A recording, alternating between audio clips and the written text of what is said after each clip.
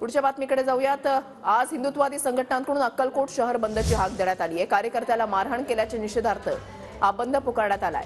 सोमशेखर किवडे असं मारहाण झालेल्या कार्यकर्त्याचं नाव आहे। आरोपीवर गुन्हे दाखल करून तत्काळ कारवाईची मागणी करण्यात आली आणि कारवाईसाठी आज हिंदुत्ववादी संघटना निवेदन देणार आहेत। सागर सुरवसे आमचे प्रतिनिधी आहेत आमच्यासोबत, अधिक तपशील त्यांच्याकडून जाणून घेणार आहोत। सागर, वृषाली, आपण पाहिलं की खरं तर अक्कलकोट ही स्वामी समर्थांची नगरी आहे। मात्र या ठिकाणी गेल्या काही दिवसांपासून दोन गटांमध्ये वेगवेगळ्या पद्धतीची शीतयुद्ध जे आहे ते सुरू होतं आणि त्याचंच रूपांतर जे आहे ते कुठेतरी बेदम मारहाणीमध्ये झाल्याचं पाहायला मिळालं। 2 दिवसापूर्वी एका सकल हिंदू समाजाच्या पदाधिकाऱ्याला जे आहे ती मारहाण करण्यात आली होती आणि त्या मारहाणीमुळे या ठिकाणी सकल हिंदू समाजाच्या वतीने आज अक्कलकोटमध्ये शहर बंदचे हाक जे आहे ते देण्यात आलेले आहे।